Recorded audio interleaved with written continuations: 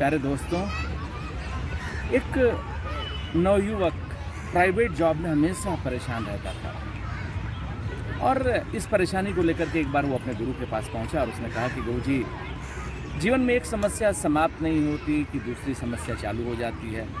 नौकरी की परेशानी अलग, घर की तंगहाली अलग, समाज में हमेशा कोई ना कोई परेशानी मुझे घेरे रहती है। इससे निकलने का कुछ उपाय बताइए, क्या ये समस्याएं कभी समाप्त नहीं होंगी? गुरुदेव ने कहा कि आज तो मेरे पास समय थोड़ा कम है बेटा, मेरी गौशाला है, उसमें 50 गायें हैं।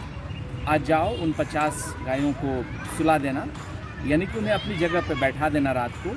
जब सब बैठ जाएंगी उसके बाद तुम भी बैठ जाना उसी जगह पर, और जब तुम्हें सब बैठी हुई नज़र आ जाएं तो फिर तुम भी सो जाना। उसने कहा ठीक है बेटे। अगले दिन फिर गुरुदेव ने 10 बजे उसे बुलाया और कहा कि कैसी गई तुम्हारी रात, कैसी रही तुम्हारी नींद? गायों को सुला दिया तुमने रात को, उनको बैठा दिया अपनी जगह पे?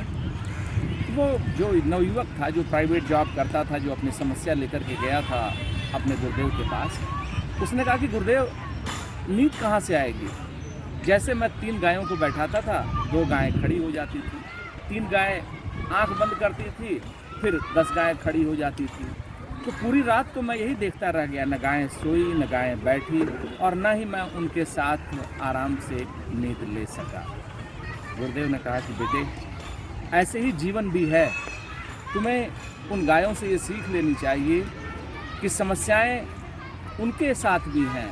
जैसे वो खड़ी रहती हैं, आपने प्रयास किया, फिर भी वो नहीं सो पाती थी। कुछ सोती थी, उनको आप जगाने का प्रयास करें, उठाने का, वो उठती नहीं थी। ऐसे ही जीवन है। जीवन में समस्याएं अनेकानेक हैं। कुछ समस्याएं बिना बुलाए आ जाती हैं, कुछ समस्याएं आती हैं वो समाप्त हो जाती हैं, कुछ समस्याएं आप कितनी भी मेहनत कर लो वो समस्याएं नहीं जाती हैं।